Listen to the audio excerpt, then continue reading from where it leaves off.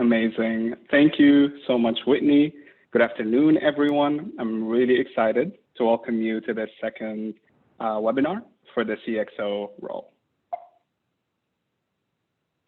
Again, my name is Hassan. I'm the CEO of 4.0, and I joined this community as a fellow first in 2013, and later on as a team member in October of 2014. This picture was actually taken 2 months after I started at 4.0 during 4.0's fourth birthday party. Actually, the one right there in the middle. And what keeps me here 8 years later are all the ways that I have grown because of and alongside this community of people who are building the future of school. And I'm thrilled to keep growing this team and our impact through the CX0 search. And again, honored that you're choosing to spend this hour with us on a Friday afternoon. Again, this is how excited I am right now. I'm trying to keep it together, but very excited to welcome you all to this role. And here's what we're looking for in our next CX0. We're looking for a development specialist who is excited to decentralize and democratize access to education philanthropy. We're looking for a communications expert who is energized by telling powerful and credible stories about what's possible in education. We're looking for a culture and change champion who understands that real change starts from within and wants to cultivate a team and community culture where everyone is a steward of relationships, resources, and results. And we're looking for an experienced leader who is excited to partner with talented teammates to achieve ambitious goals. So if this sounds like you, we can't wait to get to know you and learn more about your goals through this process. You'll partner closely with me and all members of the executive leadership team to drive culture, execution, and strategy, our 3 org-wide priorities. And in the next 2 years, you will model the stewardship of relationships, resources, and results as a 4.0 leader. You will drive fundraising, storytelling, and research functions to meet Fund 3 objectives. And you will launch Fund 4, the campaign to help build a national model for decentralized philanthropy. During our first webinar yesterday, we covered these 3 topics based on the themes that we saw from the 50+ questions you shared with us when you registered for this webinar. We talked about our culture.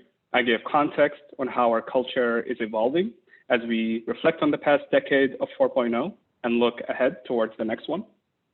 We talked about our funding. I gave an overview of our financial health and the profile of our current and future funders. And I shared more data on the CX0 role. I introduced the leadership and external affairs team, our board, and the key relationships you will steward and grow through your role as CX0. And in today's webinar, we want to build on yesterday's. Again, both webinars will be recorded and shared with you since we're covering different topics. And today, we will cover our latest policies and cultural practices to take care of our people in a remote environment. I'll talk more about our roadmap over the next 2 years as we close Fund 3 and raise our next 4-year fund. And I'll talk about what you can expect to work on in your first 90 days at CX0. So let's get started with today's topics. And we're going to start with culture. At 4.0, we believe that it is critical to be honest about the histories of inequity and how we carry them within us. Therefore, we value equity and seek to always be real.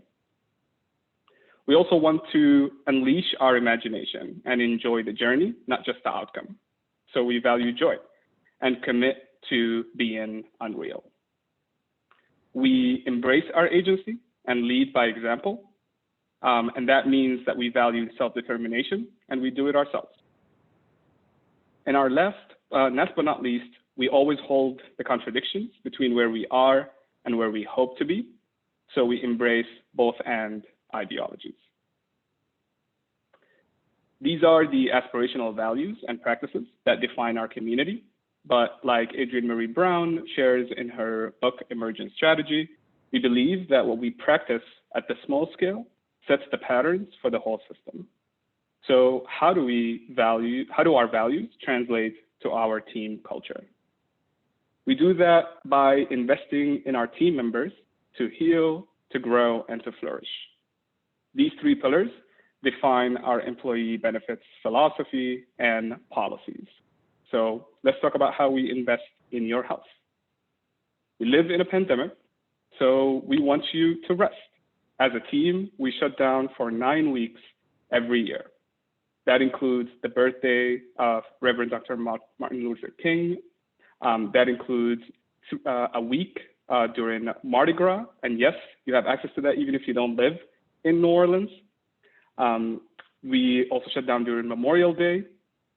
We take 3 weeks over the summer for our summer break. We take a day during Juneteenth. We take a day during Labor Day, Indigenous Peoples Day, and Veterans Day. A week during Thanksgiving break. And then again in the winter, we shut down for another 3 weeks. In addition to the 9 weeks that are off org-wide, every employee is also eligible for 20 days of paid time off every year. And that's available immediately upon your hire. These 20 additional days are for you to use at your discretion. And we encourage our team to use all of it every year. But you can also roll over 3 days to the next fiscal year. So here's the full picture. 9 weeks of org-wide holidays, 20 days of PTO, and if you experience a death in your family, you will have bereavement time in addition to your PTO. So up to 5 additional days. And this can be used for miscarriages, and we trust you to define who's family for you. We also offer short-term leave up to 12 weeks, and under our current short-term disability plan, Guardian, which is the service we use, pays 60% of your salary, up to $1,300 weekly salary maximum for up to 12 weeks once you submit and get approval for a claim. And 4.0 will pay the difference, will pay the additional 40%. Medical insurance, dental insurance, and vision are offered, and 4.0 pays for 80% of the contribution. And our medical insurance also covers mental health providers. We also offer long-term disability insurance. It is employer paid. And under our current long-term disability plan, it pays 60% of salary for a maximum of $7,500 per month. And we also offer an employer paid life insurance, and that's a policy of $100,000 for all full-time staff. So that's how we invest in your health, but we also invest in your growth. If you decide to grow your family while at 4.0, you will have access to our new child leave, and it's available to birth parents, adoptive parents, or foster parents of all genders. 4.0 offers 12 weeks of paid leave for all the eligible staff at 100% pay. And it can be taken intermittently within the first 12 months. All staff are eligible after 6 months of employment at 4.0. In addition, we match your 401k contribution up to 5% immediately. And you will also have access to a work from home stipend added to your paycheck of $750 per year to support the transition to working remotely. Also a cell phone stipend added to your paycheck, $100 per month. And all of our staff receive a 4.0 owned MacBook Pro. You'll have access to our EAP, our Employee Assistance Program, which offers resources like an unlimited 24/7 consultations with counselors, child and elder care referrals, legal consultation, and financial consultations. And every staff member has $1,000 per year to invest in their own professional development. And leadership team members have an additional annual budget for executive coaching. So again, here's the full picture. We invest in your growth by offering a new child leave, 12 weeks fully paid, 401k match up to 5%, no vesting period, an employee assistance program, a professional development budget, and an executive coaching budget that you will access at CX0. And third, we invest in your flourishing. We know that you have priorities and passions outside of work, so you will have the option to work a 4-day week schedule. Fridays at 4.0 are flexible, so you can use them to work on your side venture or passion project. You can enroll in self-paced or part-time graduate programs.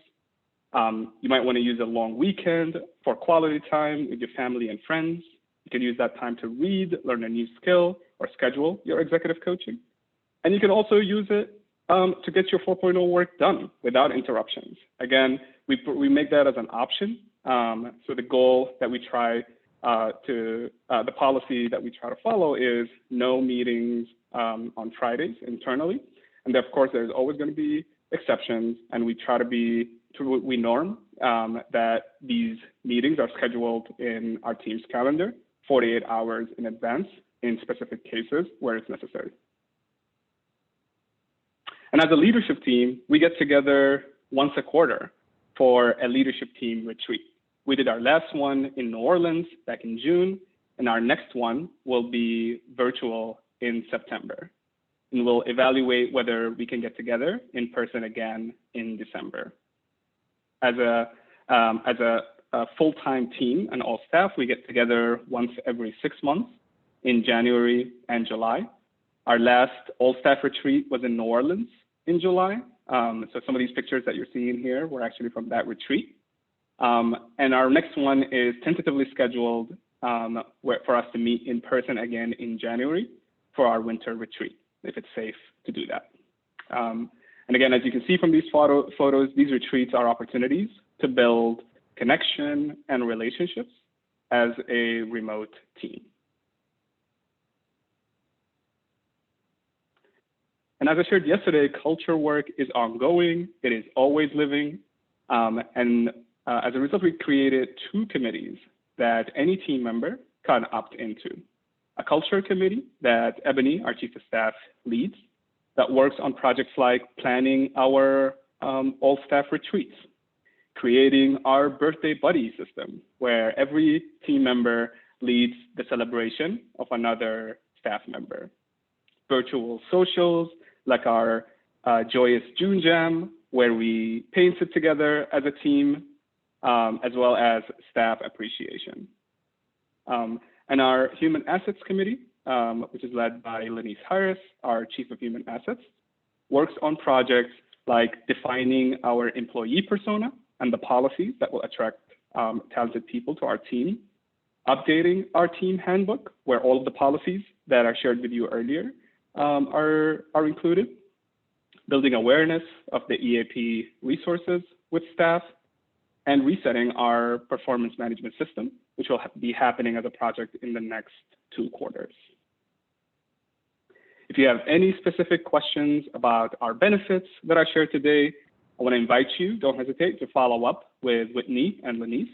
We're excited to share with you the greatest and latest employee handbook. We just shared another one of the latest versions earlier this week with our team, got new feedback. So again, during the interview process, you can expect to get a copy of our latest employee handbook. So next, I want to transition to talk about our roadmap for the next 2 years as we complete Fund 3 and raise Fund 4. Again, as a leadership team, we have 3 priorities over the next 2 years. Culture, establish a culture code for stewarding relationships, resources, and results. Execution, meet Fund 3 metrics and build systems to achieve operational maturity. And 3, strategy, design Fund 4 campaign with the board and secure the individual and institutional funders to launch it. Let's start with culture. Here are the leadership team priorities under culture for this quarter. Ebony and I are working on finalizing our culture code. Tracy Simone, our chief program officer, is working on improving communication systems and rhythms with the program team. That includes working with our human assets team to make sure job descriptions are clear.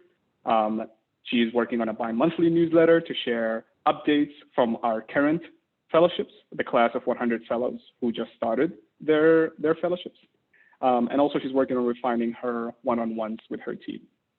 Chris, our Chief Operating Officer, who joined us in July, is working on finishing up his listening tour as part of his onboarding.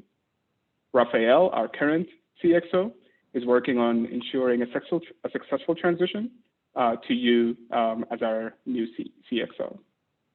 And Lenise, our Chief of Human Assets, is working on engaging all staff in human assets policy creation and the project of implementing our employee handbook. In the next 3 all-staff meetings, we will complete the same equity learning modules our fellows are completing as part of their fellowship. And that will help us build shared language with each other and strengthen our own racial literacy across the team. By the end of this quarter, we plan to do a culture audit and a check-in to gauge our progress on culture and inform the next cycle of work that we will be doing in future quarters. So again, over the next 2 years, we will continuously go through this cycle of clarity, repair, and building the skills in ethical decision-making to promote transparency, agency, and equity. And you will be joining us at a pivotal point and will help drive our culture forward. So after culture, the second priority over the next 2 years is execution, meeting Fund 3 metrics and building systems to achieve operational maturity. This quarter, Ebony and I are working on implementing our progress to goal system. Again, Tracy Simone, our Chief Program Officer, is working on implementing the fellowship programming for Essentials and New Normal, who again started earlier this quarter and are now in the process of planning and beginning to execute their pop-ups and pilots. Chris, our Chief Operating Officer, is working on completing our fiscal year 2022 budget process and auditing the current state of operations. Raphael is working on building a runway to support the close of Fund 3. We have 3 active proposals right now that are renewal grants with our current funders that are focused on ensuring that we can close the gap in our for the remainder of Fund 3 over the next 2 years. Lenise, our Chief of Human Assets, is working on implementing the next phase of human assets foundational elements like our compensation strategy. We are currently halfway through Fund 3. So I want to share with you where we are right now with our timeline, our results, our team, and our fundraising. Let's start with the timeline. When we started this fund 2 years ago, our plan was to run 4 equal fellowship rounds over 2 years, aligned with our fiscal years. The pandemic hit us in Q3 of year 1, so we adapted and responded to the new needs that our founders were facing, who had to pause, postpone, or pivot their pilots. And we worked with our founders to extend the timeline of the first cohort of fellows and launch a new fellowship in response to COVID-19 called the New Normal, where 50 founders designed interventions to respond to the social and emotional needs of youth, parents, and educators. This past winter, our cohorts of Essentials, Tiny, and New Normal completed their pilots and shared their reflections at graduation. And then we launched applications for our 3rd round of fellowships, who again recently started their experience and will graduate by this December. And in the last 18 months of Fund 3, we plan to run our 4th and final fellowship round and finish Fund 3 on time by June 30th, 2023. So next, let's review our progress towards Fund 3 results. At the start of the fund, we defined these key outputs and outcomes to run at and raised funding from our partners based on these metrics. 2 years into the fund, we're on track to meet these metrics by the end of Fund 3. In some cases, we need to amend some of the original metrics to account for the impact of the pandemic. And again, thanks to the work of our external affairs team led by Raphael Gang, our current CXO, we've been successful in stewarding our funders to make these amendments. We've hired Dr. Christian Bell Onyemali as our Director of Measurement and Evaluation, and I'm confident in our ability to evaluate the impact of this fund through our partnership with the University of Delaware and capture lessons learned by the end of the fund. And I do want to point your attention to two high-profile projects that you will plan with Christian and Monique over the next 2 years, which is our fund evaluation with the University of Delaware and publishing our book outlining the 4.0 methodology by the end of this fund. Next, let's talk about our progress towards building our team. At the start of Fund 3, we budgeted for a staffing model that includes 10 FTEs. We budgeted about $1 million per year in salaries for a team of generalists based entirely in New Orleans. And at the end of year 1, it became clear that we needed to revise the staffing model, shift our talent philosophy, as I talked about yesterday, to hire specialists and to meet the immediate skill gaps that we had. We also opened the talent pool beyond New Orleans and transitioned to a work from anywhere model. So again, rebuilding the team became our #1 priority in year 2 of Fund 3. Today, we have 13 full-time and 4 part-time staff on our team. Our payroll doubled as we transitioned into a national team of specialists. So let's talk about our fundraising status. I shared this yesterday, but again, we raised our $15 million goal by the end of year 1. But as I shared, as we learned about the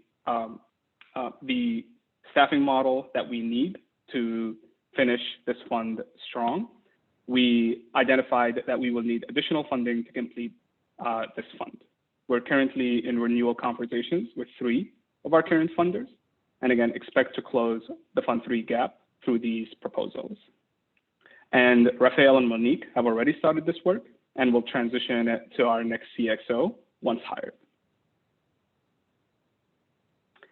So we've talked about culture, we've talked about execution. I want to give you a view into our third priority, which is strategy, working with the board to raise Fund 4. This quarter, Ebony and I are working on building the pitch for Fund 4. Tracy Simone, our Chief Program Officer, is developing the programming model for Fund 4. Chris, our Chief Operating Officer, is working on drafting really the future states for Fund 3, as well as for Fund 4. Raphael is really continuing to focus on building the infrastructure for Fund 4 so that it can be transitioned smoothly to the next CXO. And Lenice is beginning to build open source processes and resources to match the staffing needs for Fund 4. Our board has these 2 priorities over the next 2 years to set us up for growth towards our long-term vision.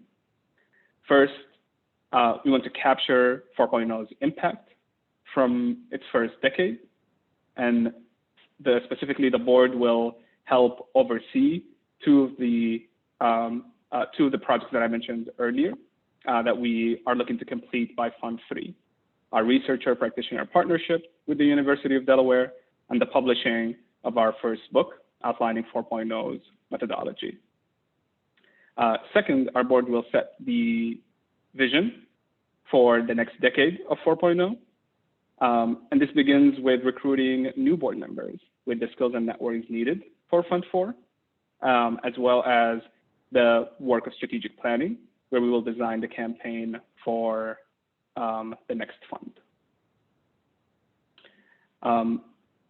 We expect to welcome 3 to 4 new board members in the next year, and the CXO and I will work closely with the board to design a nomination process and recruit board candidates. So at a high level, here's what the next 2 years strategically can look like. We will spend the first 3 quarters of this year preparing for the fundraising campaign that will launch in Q4. This will include the process of welcoming new board members to announce as we launch the campaign. Next year, we'll again use the first 3 quarters executing the campaign so that the fund is announced by June 30th, 2023. So let's wrap up by talking about what you can expect in your first 90 days. As you saw on the CX0 scorecard, again, these will be your 3 goals over the next 2 years under culture, execution, and strategy. Raphael, our current CXO, is working hard to transition the work stream to you smoothly. During the interview process, you will have the opportunity to speak with him to understand the current state of the work, and we are planning to have an overlap so that you can complete the knowledge and relationship transfer after you start with us on the team. For CX0 finalists, the performance task is designed to get you to build your own roadmap for the next 2 years. We find this to be the most authentic and useful exercise, both to determine fit, but also to kickstart your onboarding process. So here's what you can expect in your onboarding experience. Daily check-ins with me for your first 2 to 4 weeks, and then we'll evaluate the frequency that works best for you. Knowledge and relationship transfer with Raphael. Relationship building with both the leadership team as well as your direct reports, Christian and Monique. We'll work on creating your Q2 goals for culture, execution, and strategy. We'll introduce you to the board during our Q2 board meeting, and we will also introduce you to our funders during our quarterly check-in calls. So let's recap what we did today. We covered 3 topics based on the themes and the questions that you've shared with us. Talked about our latest policies and cultural practices to take care of our people in a remote environment. We talked about the timeline and some of the key activities along our roadmap over the next 2 years. And we talked about what you can expect to work on in your first 90 days. Thank you. Again, I'm really excited to meet you and get to review your applications. And with that, I'm gonna pass it back to you, Whitney, to guide us through Q&A. Awesome. Thanks so much, Hassan. That was incredibly informative. And I feel like I learned something new every single time. So thank you for that. So it looks like we have a little under 15 minutes before we close out. And I think that's a good amount of time to go through some of these questions. So I'm going to actually go in order of questions received and start at the top. So this first question is in terms of our organization's goals for Fund 3 and 4. So this particular candidate is saying that it's going to require a network. Does 4.0 feel comfortable with its current national network? If so, or if not, is there an ideal network 4.0 would appreciate from the next CX0? Yes. So, over the last decade, 4.0's network has grown to, with the latest cohort, 1,300 founders who are an incredible asset in our community. And I would completely, my goal would be for our next CX0 to help us connect more and deeper with our current community members, build stronger relationships, understand where does this strategy resonate with them, where do they want to push it, and help refine the strategy that we've laid together. And I fully expect that we would need to grow the network and partner and build coalition with other networks as well. I talked a little bit about this yesterday. For the past decade, we really focused on creating an entry point for one role in the education innovation ecosystem, which is founders. But we know that families, facilitators, and funders play critical roles in the ecosystem. And one of the things that I'm excited for the CX0 to help us do is to create newer relationships, and again, deeper relationships with our founders, but again, also with new funders, families, and facilitators, so that we can actually accomplish our vision of a full community where families, founders, facilitators, and funders share resources and power equitably. Awesome. Thanks so much for sharing that. So it sounds like there's going to be a mixture of both cultivating current founders and then also the ability to grow the network. So thank you for sharing that. Let's go ahead and pivot to the next question. It says, when the CX0 starts, will they be provided the resources to catch up on this year's coaching courses? So I'm not exactly sure what the coaching courses are referring to. It may be referring to some of the professional development we've done at the staff level. Whoever candidate, if you submitted this, if you want to go ahead and resubmit to clarify if that's not what you're referring to, but I'm going to interpret it as the professional development we've done at the staff level. Is there going to be any way they can catch up to that? Okay, yes, it's referring to the professional development courses we've done. Okay, awesome, thank you. Yes, so as a full staff, we have done a book study together on radical candor. So you will absolutely have an opportunity when you start to get the book and engage with the leadership team in that study. And the equity modules that I shared earlier that we're going to be going through as a team in the next couple of months are actually self-paced. They were designed, again, really for the experience of our fellows. So you will absolutely have access to them to complete them once you start with us at CX0. Awesome. Thanks so much for providing clarity to that. We definitely want people to have the same access to the resources as the current employees. So thank you for sharing that. And this next question is referring to some follow-up after today's call, so we can discuss some of the resources sent out to address that. In terms of the particular question regarding one of our foundation funders, do you feel comfortable, Hassan, addressing specific details as it regards to one of our particular funders, or do we want to keep it high level? Yeah, absolutely. So, as I shared today and yesterday, we partner with a large, with a number of foundations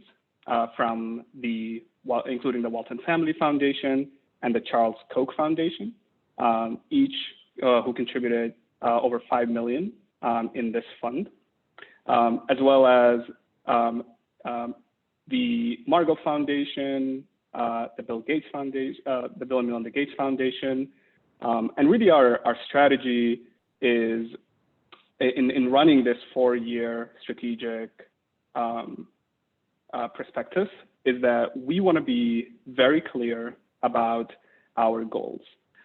We approached all of these foundations clear about who we are and what we're trying to accomplish through our 4-year fund. And that allows us to identify where there is alignment with our goals and the foundation's goals. We believe that actually 4.0 plays a unique role in sitting between the foundations and the founders who are earlier in their entrepreneurial journey and in the future will be reaching out to the same foundations for support.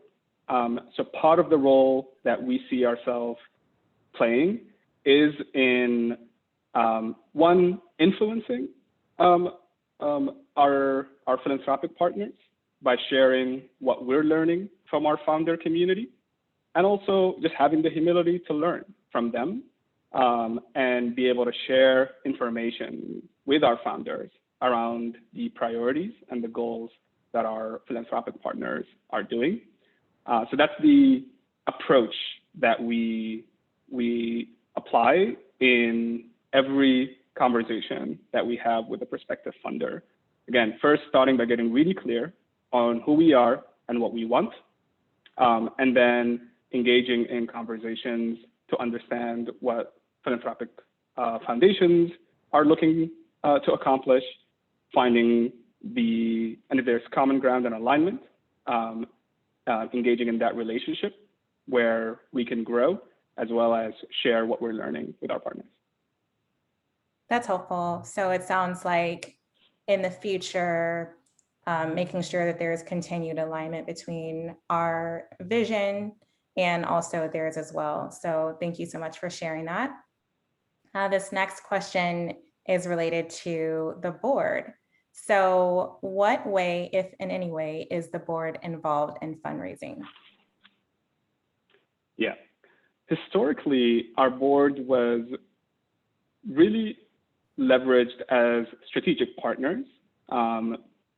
They were not engaged actively in fundraising. Mm-hmm. And I think that in the next fund, that will change. These are conversations that we're already having as a board right now. It's definitely a lens that we're looking into when we're recruiting new board members, because we're looking to evolve our funding model to both include institutional funders as well as individual donors. We think our board members could be an amazing example and of what angel philanthropists and venture philanthropists could look like in our network. So these are like this shift and change in board expectation is one of the things that we're talking about right now, given that historically that was just not an emphasis in our relationship with the board. That's helpful and exciting about the potential to evolve and involve them in the future. So let's see here. Okay, so this next question is relating to work-life balance. So it says, does the remote employee have an option to occasionally work in the evening when group meetings are not required? Yes, absolutely. So for example, we have parents on our team who might need to spend certain hours during the day with their young child, and then would prefer to do work later in the evening for an hour or two block. Like that's something that we try to be very flexible, both because again the pandemic, and then two because of the culture that again we're trying to create that respects people's agency and just asks for clarity, so that we can, your team members are aware of your constraints, your preferences, and can negotiate accordingly. Awesome, yes. And I can definitely attest to just my appreciation for the amount of flexibility and autonomy that I have here at 4.0. So I really appreciate that.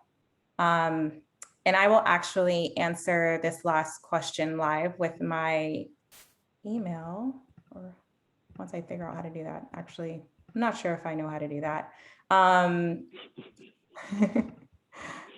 Okay.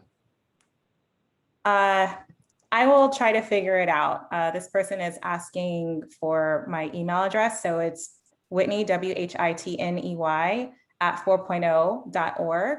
So if I don't already have your information, feel free to send me an email and I'll make sure you get all the resources that we've shared, including the recordings and all of the other guides and resources we put together. The very last question, are 4.0 fellows given any priority in this search? Great question. So absolutely. Ultimately, we believe that your experience as a fellow or as an alum is really valuable and relevant. So for us,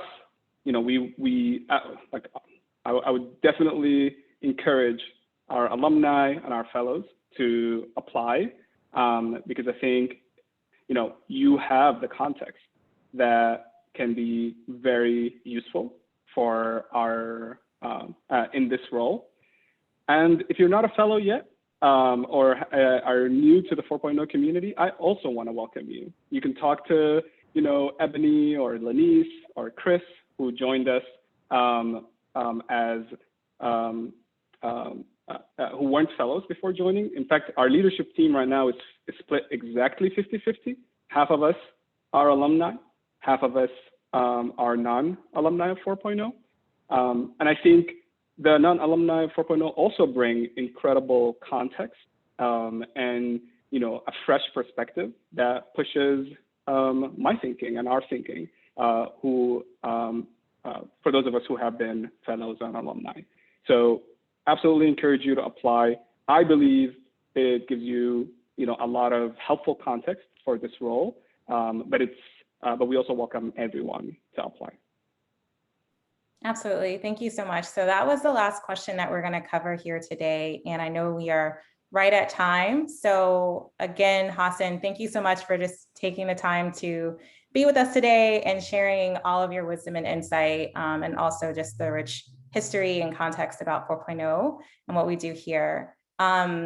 Before closing out, I want to remind you that once the session ends, you will have the option to complete a survey.